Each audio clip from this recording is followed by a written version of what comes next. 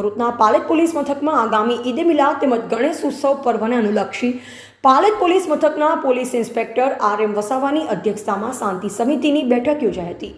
આયોજિત શાંતિ સમિતિની બેઠકમાં પાલેજ પોલીસ મથકના તાબા હેઠળના પાલેજ ટાઉન સહિત ગામોના આગેવાનો ઉપસ્થિત રહ્યા।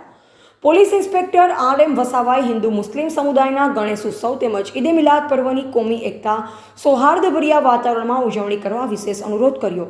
સાથોસાથ કોઈપણ જાતની અફવા પર ધ્યાન ન કેન્દ્રિત કરી જરૂર પડે તો પોલીસનો સંપર્ક કરવા જણાવ્યું। પોલીસ ઇન્સ્પેક્ટર RM વસાવાએ કોમી એકતા તેમજ ભાઈચારા સાથે ગણેશ ઉત્સવ તેમજ ઈદે મિલાદ પર્વની ઉજવણી કરવા વિશેષ અપીલ કરી હતી।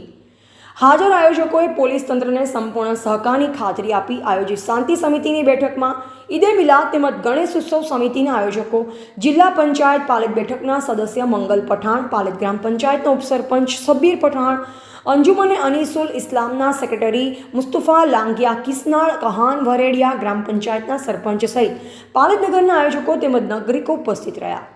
રિપોર્ટર સફીક બાપુ, આમોદ।